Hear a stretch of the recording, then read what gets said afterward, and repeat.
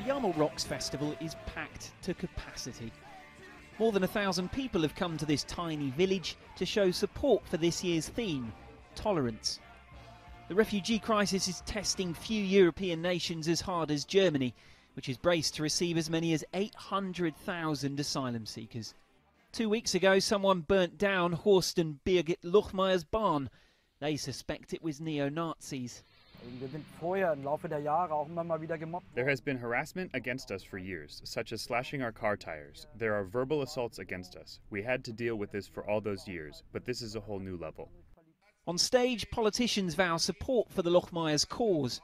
But just 100 metres away, a very different message. Now, the situation in this tiny hamlet is really quite bizarre. On the one side, there's this concert going on under the theme of tolerance.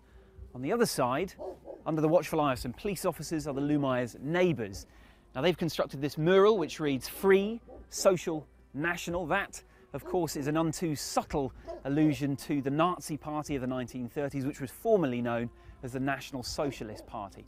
And just a few metres away as well is a sign which points towards Hitler's birthplace. Yarmul is a unique case, but visible signs of neo-Nazi sentiment is erupting elsewhere in Germany.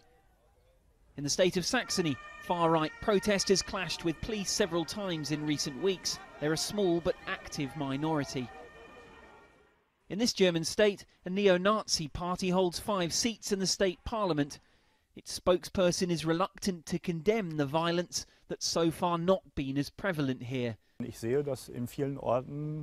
Locals using their fundamental rights to take to the streets and protest, which is their right.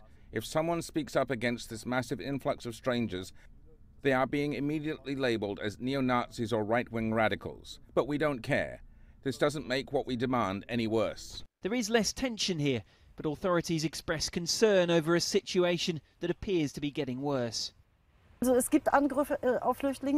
Yes, there are attacks against refugees and against refugee accommodation, and those attacks are increasing. But this is just a small faction of society that has these radical beliefs. What is much worse is that there is resentment growing out of the middle of society, and there is xenophobia because people here are not used to dealing with foreigners. Here the Lochmeyers' message resonates, as it does with the thousands of pro-refugee demonstrators in Dresden on Saturday. But there remains a question of safety from a minority of Germans who are prepared to do this.